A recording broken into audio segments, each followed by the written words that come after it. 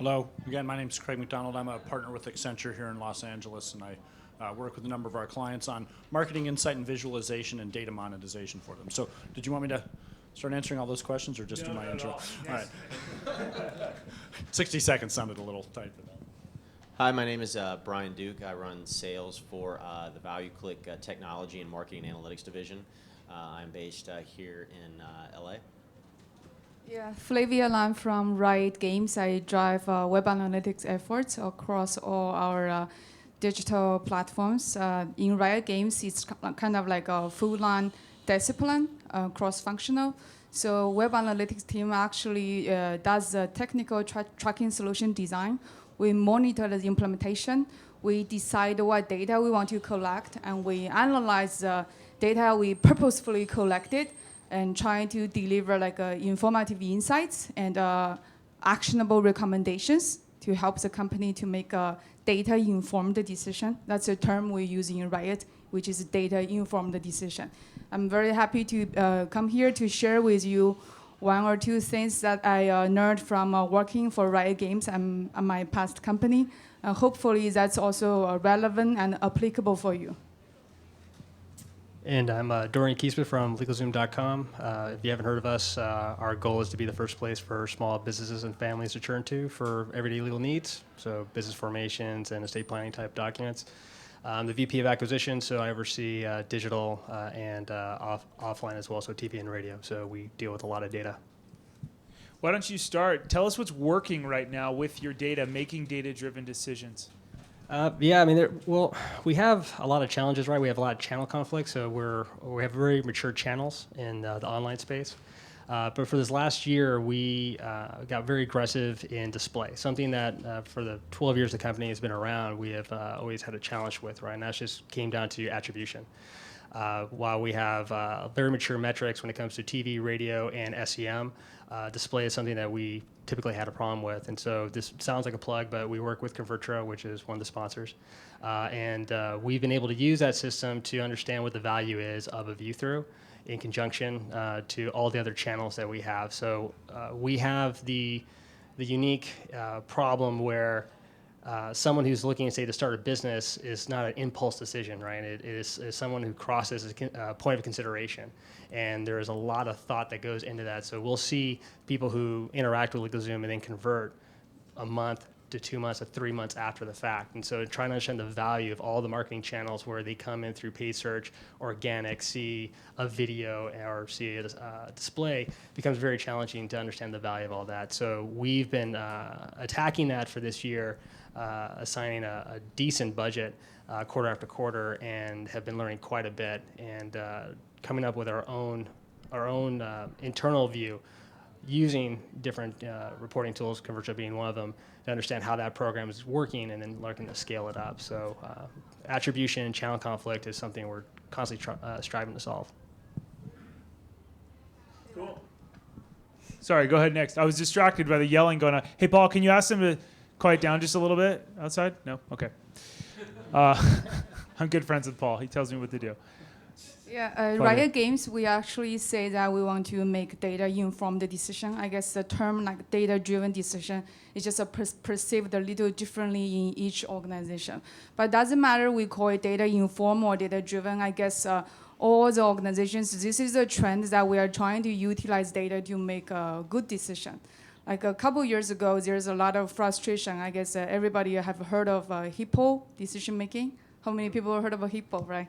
Highest paid people's opinion in the past was like a kind of a dominating. We see a lot of on blog or forums, but these days you heard more about like how we set up our analytics team, how we what kind of analytics tool we should choose, and what kind of analytics approach we should take. So I'm someone coming from analytics team, so my perspective, what's working or what's not may be a little different.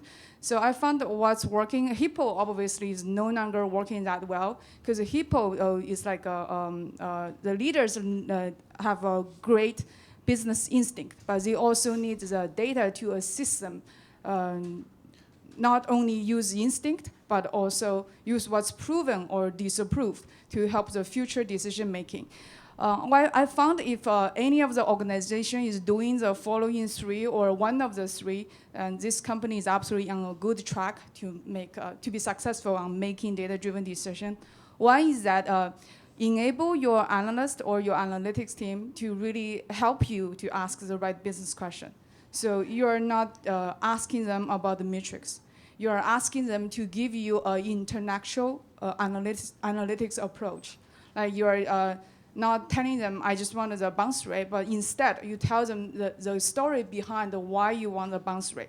So they may come up with something in addition to the bounce rate, there's a better metric, measure what you really, the insights that you really want to have.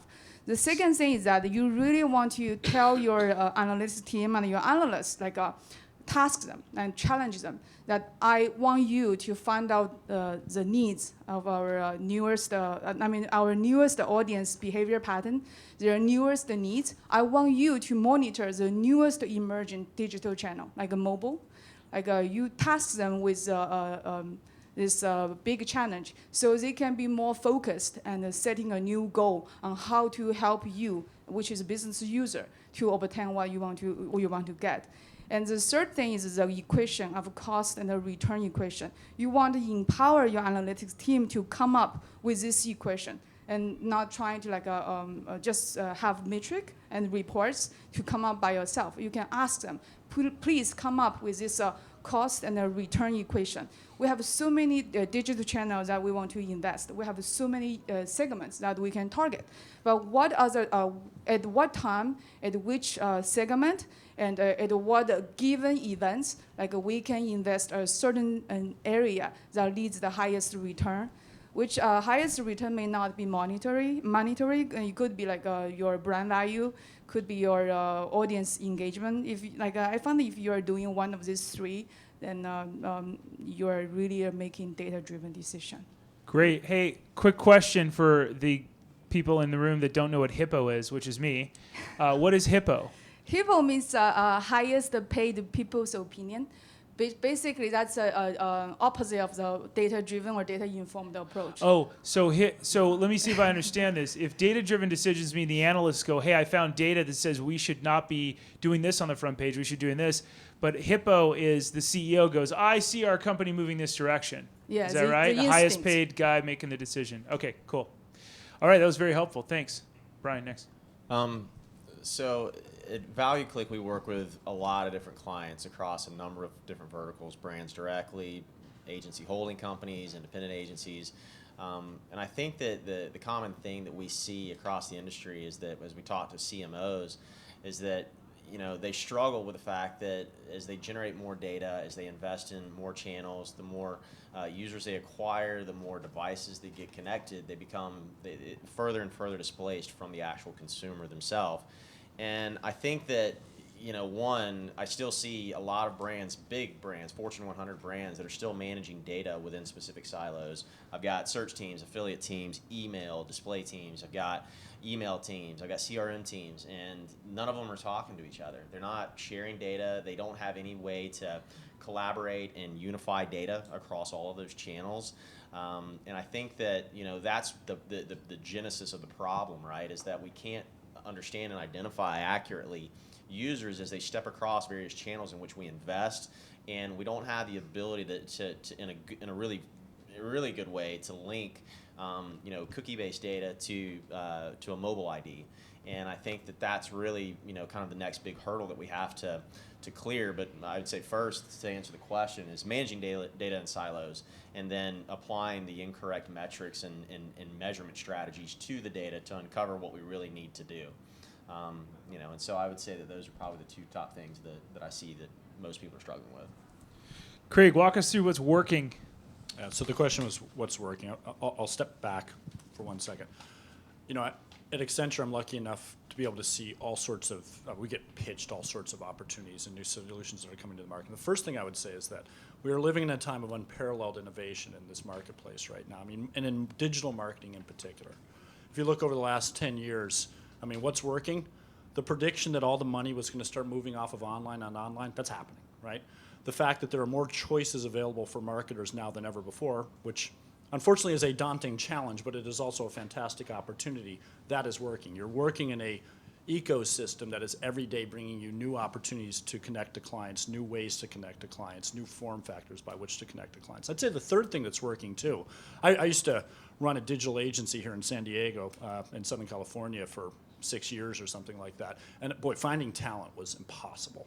And just the pool of people that can actually do analytics, that know how to actually do data management, that know data science, whereas you couldn't find these people before, and you just took anybody who could walk down the street and chew gum and knew the word Excel. You grab them and hold on to them forever, and you just saw their salaries go up until they got good, and then they just fly off to one of the holding companies. That ecosystem's starting to get deeper, and so getting talent to do this type of work is getting better. It doesn't mean there's not significant challenges, but those are the things I'm seeing that are working out there right now. And again, at Accenture, we're seeing the clients. I'd say the last thing is that we mostly work with Fortune 1000 types. One of my clients is one of the big telcos here in the United States. The other thing that's starting to work is it's starting to get through to marketing, largely because of a draconian need by all big companies to control cost and to be more efficient with what is in most cases the largest discretionary budget in a company, the media budget or the marketing budget. Because they're under such draconian pressure to make that, squeeze every last penny out of that, they're getting it. They're realizing data has to be an asset. My ability to differentiate is not going to come from being big and having a big brand. It's going to be from being good with data and knowing how to organize that. Now, they have by no means gotten an end of job on this issue, but at least they know it's something they got to start working on. We're seeing the investment come into this, gangbusters. It's the fastest growing area of Accenture right now. Yeah, I would say on that too, McKinsey put out a study probably a couple years ago talking about the shortage in people that have a quantitative background, and that, I think you're starting to see that CIOs, the legacy CIO position is really shifting to more of an analytics officer, someone that does have the quantitative background, because after all, it is about managing information. And so, understanding that you have to have a specific skill set in order to manage data, to apply the correct analytics to the data. That's I think that some certain companies that I've seen are starting to move that way, and it's paying a lot of dividends to them. Hey, Dorian, walk us through what isn't working right now. Well, I think the biggest problem, and a lot of us have talked about before, there's just a lot of data we have, right? So what's interesting about the comment of the CIO becoming more of the analytics person, what's adding to that problem is the CMO is becoming the technology person in the company, right? So there's tons and tons of third-party tools that everyone's using for their marketing activities, right? For measurement, for actually pushing your media out, tracking, and so there is, in addition to the channel conflict that naturally resides in any company that has big budgets and it's doing TV and radio and doing display and search, is that you have different KPIs, different reporting for all these different systems, and everyone reports in silos. And then you have the classic problem where you're, say, very mature and you have diminishing returns. The CEO is like, okay, we have an extra $2 million to spend. Like, where do you spend it, and how do you know you're getting that return on investment, right? And so, I think a problem, and it's going back to you can't find the right talent, is you have different systems, different tracking, different reporting. None of it is universal. None of it plugs and plays very nicely. And I think everyone is feeling that type of pain. Internally, since we've had a challenge finding people with analytical backgrounds, we've nicknamed them purple squirrels, because you just can't find them. It's so difficult. We'll spend a year trying to find a good analyst. And so it's not working for us at all. The talent is not there. Yeah, what's not working? Going back to the data-driven or data-informed direction, and also from I'm coming from an analytics team, I found that when organizations are collecting a lot of data, but when this data are not targeted to your business question, that's not working.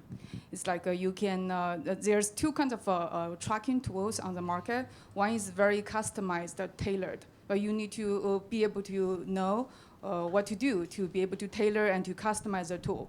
Then everything come out of this tool is like you programmed this robot to collect specific things that you want to collect. Then in those cases, your data is very, very focused on your problem and answers exactly what you're asking. Another type of a tool is like collecting everything. Like in addition to traffic, they collect a lot of out-of-box metrics, which isn't really tailored to what you need. And you could find that these tools are really, really fancy, have a lot of data, but you just don't know where to put them into use. I found that that's not working. That's why like earlier I mentioned the 3 things, like really be able to communicate it to your analytics team. What is your business question? What is the story that you want to tell with data?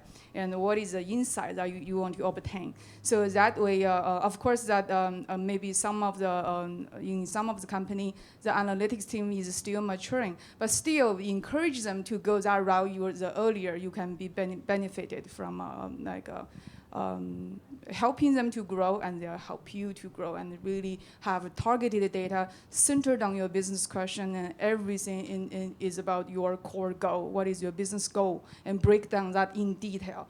And looking at the timing, looking at the segment, really be able to go into details of each channel and each segment, and be able to tell if I do this, I'm going to be successful on that. Because making data-driven decision eventually comes back to with data suggestion, what do we do next? What do we do next? And should we keep doing what we're doing? So that's, I found, that's what I think. That's a good quote. With the data's suggestion, what should we do? I think that's kind of a key takeaway.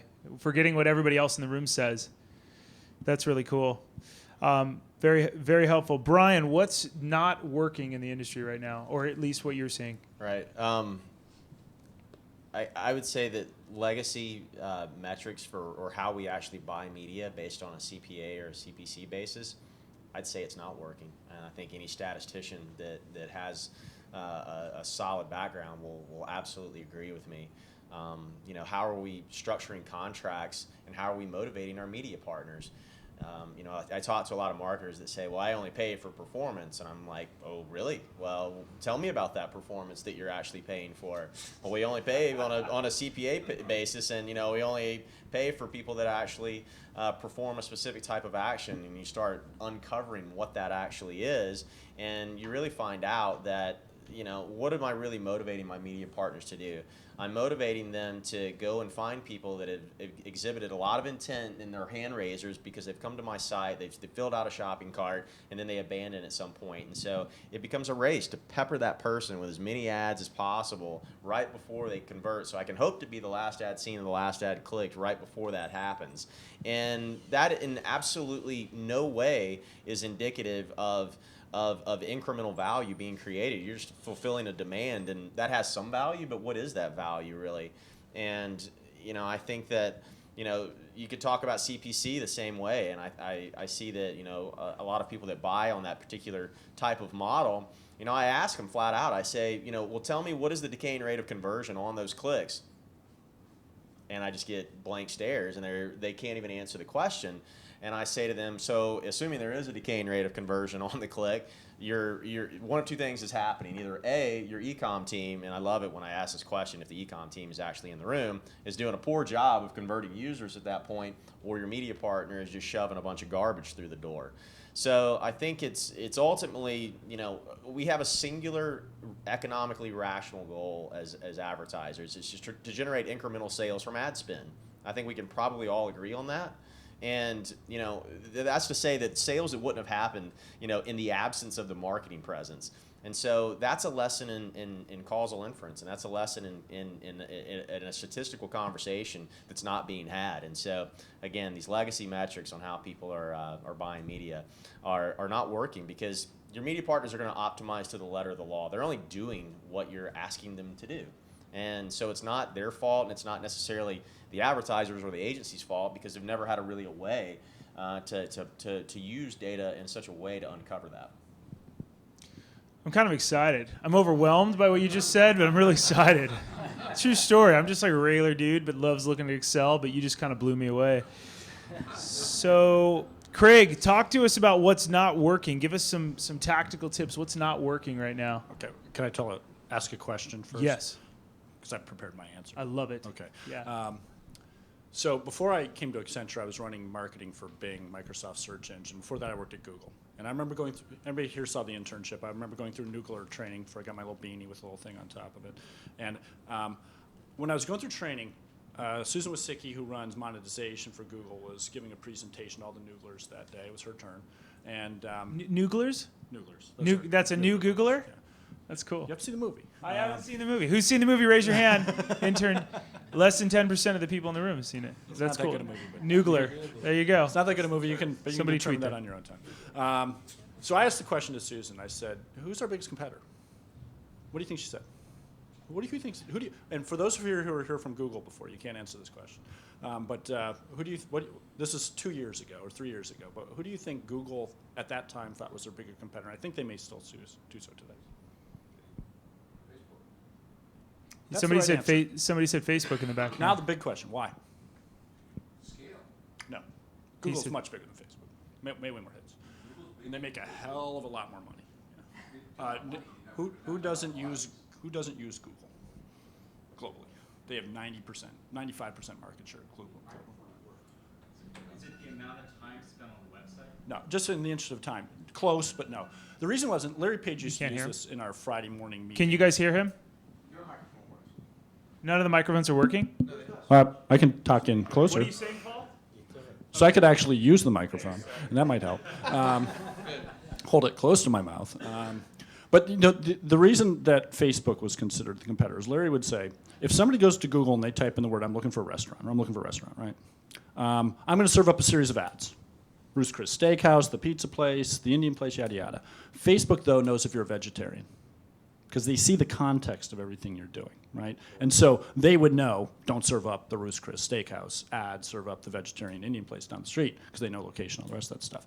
And I'm only using that story to say, you know, what's broken is that though I do see marketing organizations finally investing in data, finally investing in analytics, finally doing all this stuff, I see a lot of them missing the point.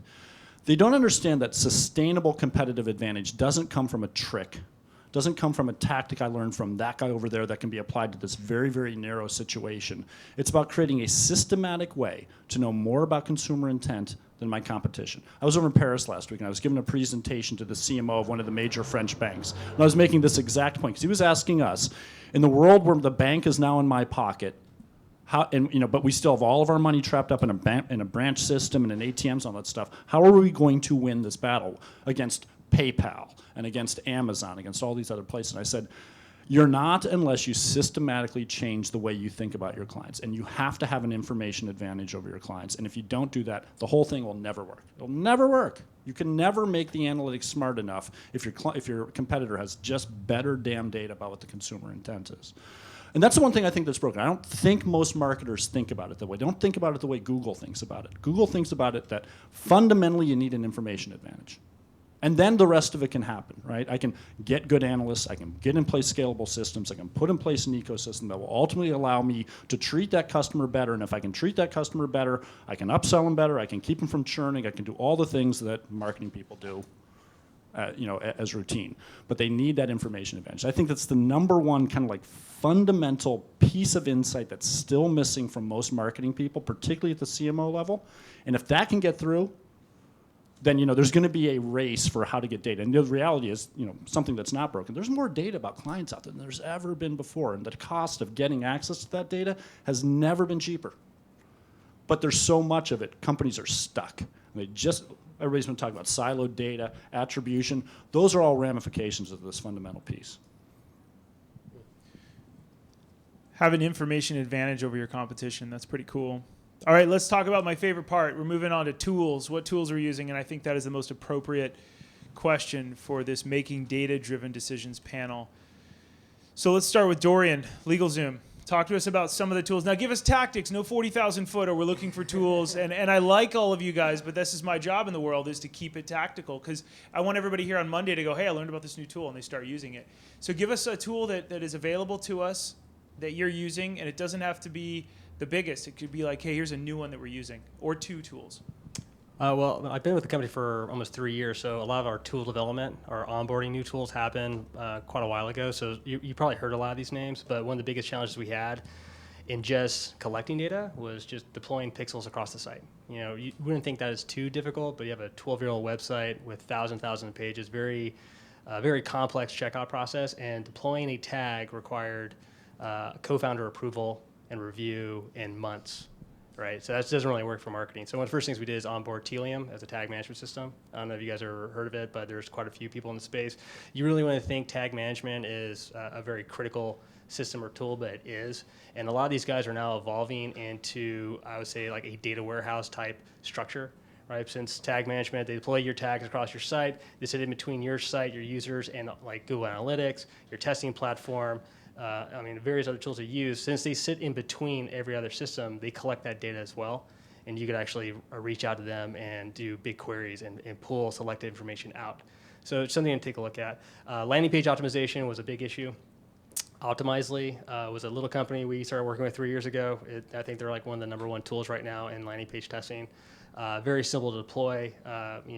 Originally a landing page test would take 6 weeks to deploy, and we're able to turn that down to a day, right? So Who's used Optimizely? Raise your hand. No, write that down. It's a pretty cool tool. Yeah, it's absolutely great. San Francisco company, great guys. They made their claim because they worked on the Obama campaign way back in the day, and then from there started their company. So Optimize has been great. We use a lot of different vendors in terms of retargeting. So there's tons of retargeting shops out there. You could partner up with a retargeting shop. That's all they do. We went the route of working with the DSP. So we work with DataZoo, having a really good run with them. And of course, for attribution tracking, we use ConvertRO. And that has been an interesting relationship for us because we were pitched it years ago, didn't really believe it. Then we revisited like a year later and implemented it. And now we're at the point where we have all our digital assets and channels tagged, but now we're looking at bringing offline data in, so we actually see the relationship between our radio and TV spend with website activity. And so I'm a big fan of that. What was the name of the first one? Telium, tag management. There's like a couple like Bright Tag. There's Insightin, and then Telium. Even Google has their own tag management system now, which is free because it's Google, right? And so there's quite a bit of value in having that type of marketing infrastructure. Cool. Thank you very much.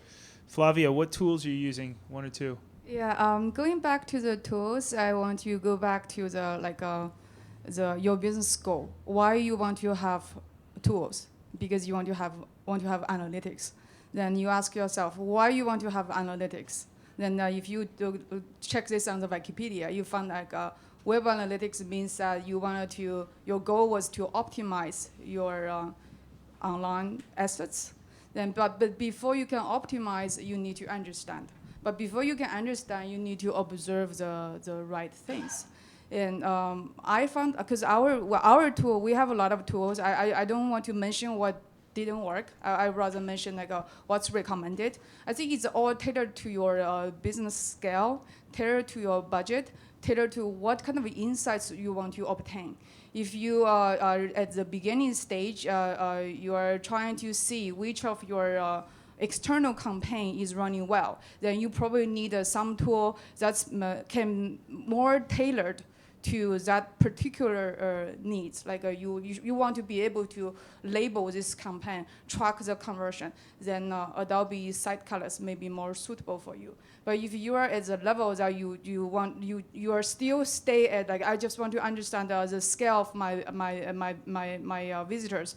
I'm not yet running any campaign, and I don't have the budget for expensive tool. Then Google Analytics as a free tool may be good for you, and you can start to first of all observe the the traffic pattern. Anytime when you release a new content, you can kind of observe the lifespan of that content and observe the behavior change, according to that campaign. Maybe your tracking hasn't been released to go into your conversion, or your revenue or any other success events that you want to lead to. But you can observe that with your web traffic pattern change.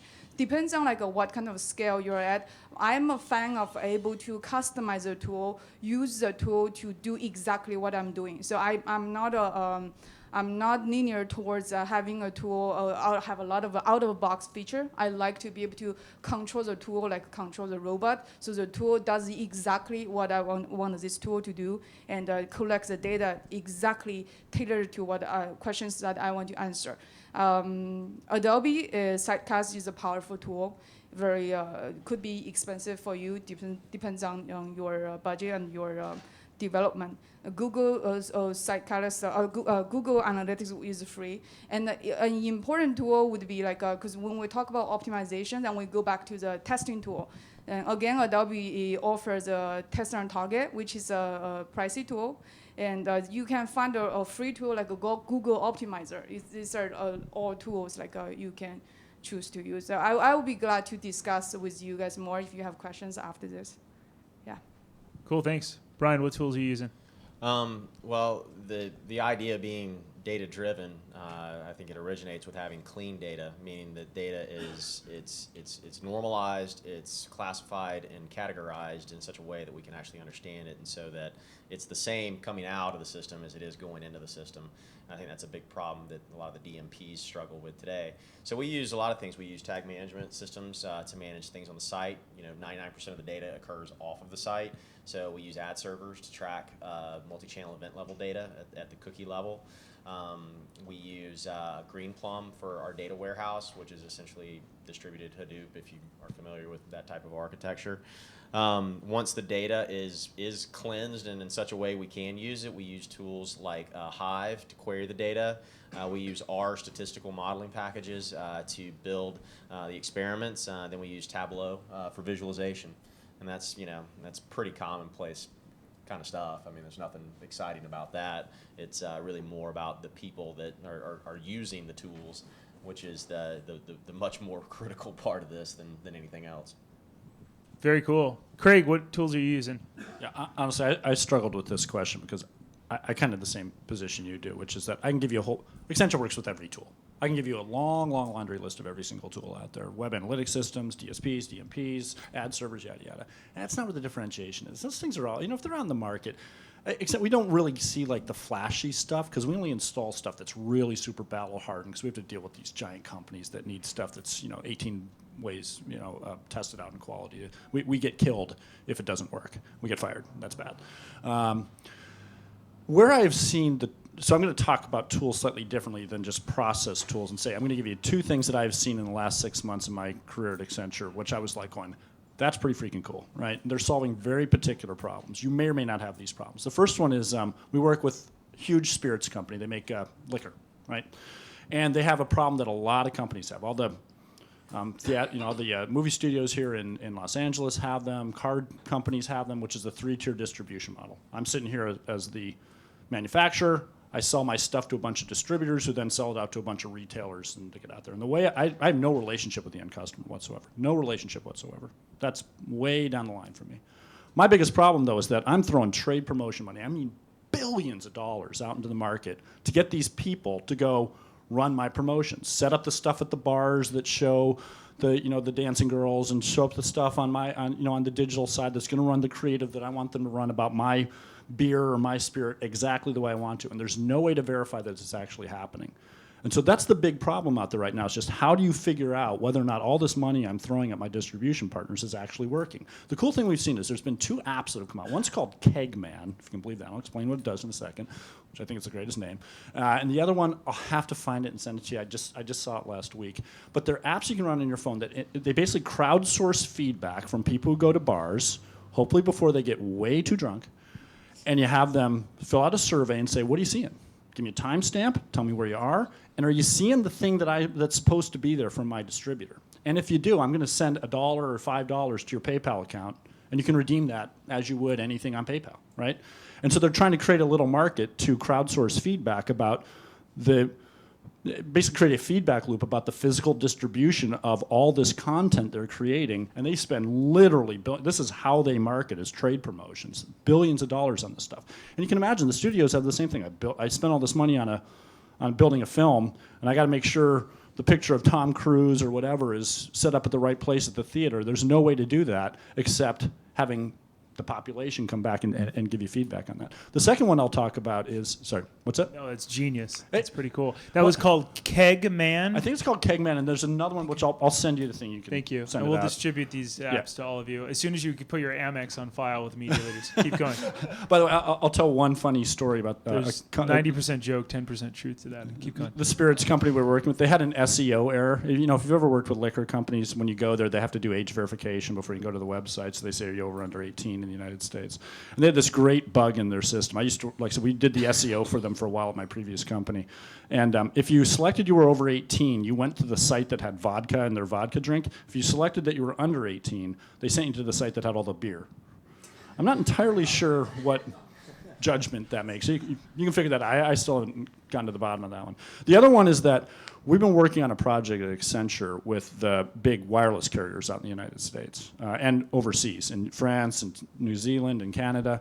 And they're all coming out with a new data source. In the United States, Verizon offers a product called Precision Market Insights. It's really super cool, and it integrates with like Blue Kai from a DMP perspective. So the reality is they know who you are and where you are, right?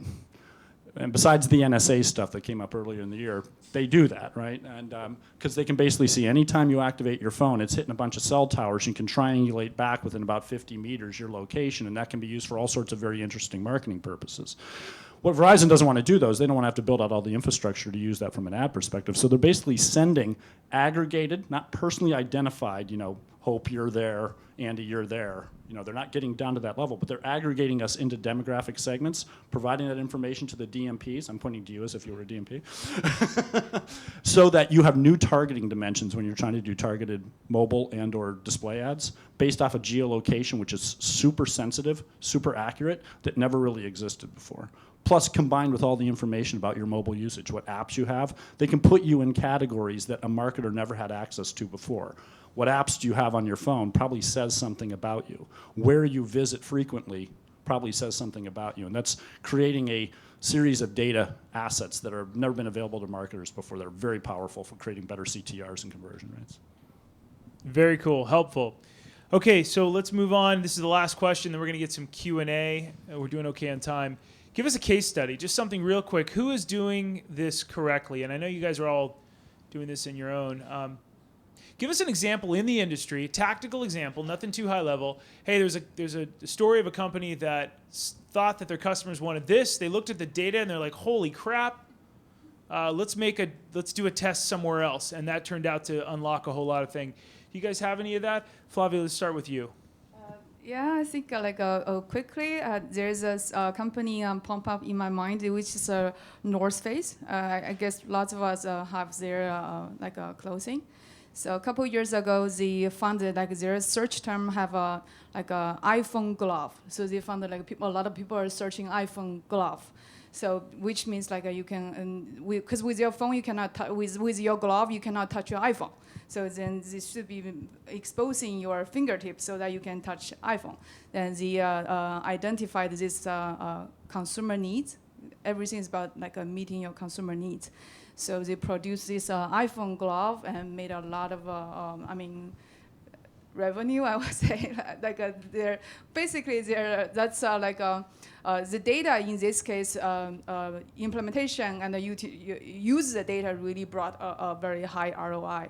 This is one of the example. Another example would be the leading European toy maker, which is Top Toy. They noticed in the past, over 1 year, their mobile traffic actually grew to 121%, and the overall quarter grew 25%. So they decided that it is necessary to invest, optimize the site and the online assets to be more mobile friendly. And that turns out to be having a great return. And over a 2-year period, their revenue increased 250%. So I think those are the examples of using data. Cool. I like that North Face idea, the iPhone glove. Very cool. You guys have any other ideas? Dorian? I came across one a few months ago, and I can't actually remember the name of the app, but it was a food tracking app, right? You can lose it or something like that. They started, basically farming their data and providing it over to the big brands, and they realized, I think it was for like Triscuit or Nabisco or Wheat Thin, something like that, where most of the people that they were tracking were putting cream cheese on versus actual slice of cheese. So they actually changed the packaging that they display in the stores, because the whole time their packaging had a slice of cheese on it, and they realized nobody was really eating it that way. And so I thought that was actually really That's interesting use cool. of data use from an app that people enjoy using to track their weight. That's very cool. Craig? Are you is anybody here familiar with the Target example of the pregnant teenager? Anybody heard that one? I mean, that's classic. Right? This is a good one. You got to tell this. This is a good one. Has anybody, raise your hand if you've heard of it. You've heard of it? About This is not an seven urban of myth, us. but- This is a good example. Yeah, so, if you're a retailer like Target and you have the little affinity cards, they basically track every single purchase that you make. They can associate with you and your name and as a household, et cetera. And they, if I remember the story correctly, they started getting this couple had a child who was like 15, 16 years old daughter, and the Target started sending them solicitations for all these pregnancy-related products, feminine hygiene products, et cetera, because they were monitoring the affinity cards and what people were purchasing, and the daughter was using the affinity card, and the thing was is he kept writing to Target saying, "Why are you sending me this stuff? Your algorithm's way off. You can't possibly mean our family, because my daughter's certainly not pregnant." Turns out she was. And Target knew more than the parents did, because they could see what people were buying. And the issue with that type of stuff, we had the same rule at Google, which was, don't be creepy. And I think they thought Target was on the creepy side of the line, but they were actually on the right side of the line if you go that way. So. I think Amazon, I sat down with some gentlemen that were in the data business, and they said Amazon had to detune their recommendation engine because it was getting creepy, how the suggestions that it had. And we could probably Google the Amazon recommendation engine. I think there's a whole case study on that as well. Anything else, Brian? As far as case studies, there's a tax preparation software company that I work with, and I think that they've done a really good job as far as not making assumptions about who their audience is. They had been buying media the same way for years and years and years and years, just making guys essentially mapping their CRM file to their media vendors and saying, these are the types of people that are my customers. I want you to go out and segment that audience and buy it for me. Well, they failed to realize that there are entire populations of people out on the web that are on the fringe of their customer file that if you were to put ads in front of, that you could generate incremental value, people that you had never otherwise considered before. And so we did a study for them, and we found that over the period of this past tax season, they spent around $50 million in digital, and they only made about $15 million bucks. So it was a waste of 35. Conversely, you're able to isolate, or we were able to help them isolate, roughly 20 million in revenue for people that were never shown ads over the entire tax season. And so it's now a conversation with how they now manage their media. So I think Avis is doing the same thing. Macy's, we don't work with them, but I know those guys pretty well, and they're doing a lot of the similar things to uncover these new sources of revenue. So again, you get yourself into trouble when you start making assumptions about things, and so it's better to go out and prove it. Cool. Let's do, we've got time for 2 questions, then a quick break. Who's got some questions? Yes? Yeah, I've got a question for Brian. You mentioned that cost per click and CPA, that's not a good way to buy media anymore. What is a good way? So the question for the video, Sure. people watching the video, the question was the cost per click and CPA Sure. are no longer a good way to buy media or to look at that. Is that right? Did I get that question right? Yeah, just on a comment. And then what is a good way? Yes. So typically we've said to our clients, it's either you go fully on board with an analytics solution that can prove out the incremental value being created across the entire media plan, not just within display, and you do that. We typically make the suggestion that you go to a flat CPM. And in a lot of those cases, we tell the media vendors, hey, you can go run the campaign any way you want to. We don't really care. Because you're going to be measured on the incremental value that you're bringing to the table. And if you can get with the program and optimize accordingly, you'll get more money on the media plan. So typically that looks like a restructuring to flat CPM and just running it how you want to. But again, it's highlighting the disconnect in how we buy media versus what we're incented to bring in the door, because you don't make money directly on an action or a click. And I used this example with a client recently who's in the car business. And I said, if I'm walking onto the lot with a cashier's check to buy one of your cars, and there's some dude, with a poster of that car standing by the administrative office, should we pay that guy for the sale? No, we shouldn't. I mean, he just happened to be standing there as I was walking into the door. And so, again, I think flatlining to more of a CPM-based model, in my opinion, in most cases, I've seen is a better way to do it.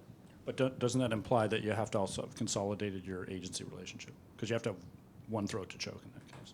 Well, yeah, I mean, it's in a lot of cases, the agency holding companies, I'm working right now with Publicis on a number of their very large brands who have demanded to move away from these performance-based metrics because they want a different way to measure their media. And I think, our friends at Convertro would definitely, agree with us here that, just using last click, last view is no way to run a railroad anymore. But yet 95% of the people out there are doing just that. And so, we can use data in a very appropriate way if we know what we're doing. And it's a lot less, to Craig's point, about the tools, and it's more about the people. It's more about the pedigree of people that you're using to assemble all of this technology. It requires a skilled operator. I've got clients of mine that generate 10, 12 terabytes of data a quarter. That's not going to fit in a pivot table. I mean, so again, it's not about the technology. It's more so about having the skilled people to help you manage it. One more question, and then we're Can I done. just add to that real quick? Yeah, go ahead. I just say in interim, if you can't get your organization to go to a flat CPM, that's like a pretty big move. And I applaud the companies that have done it. But in the interim, is really just find the right CPA for the partner. And so if you look at regression modeling, if you can find partners who find introducers, right, to find new customers or people who are influence them or close them.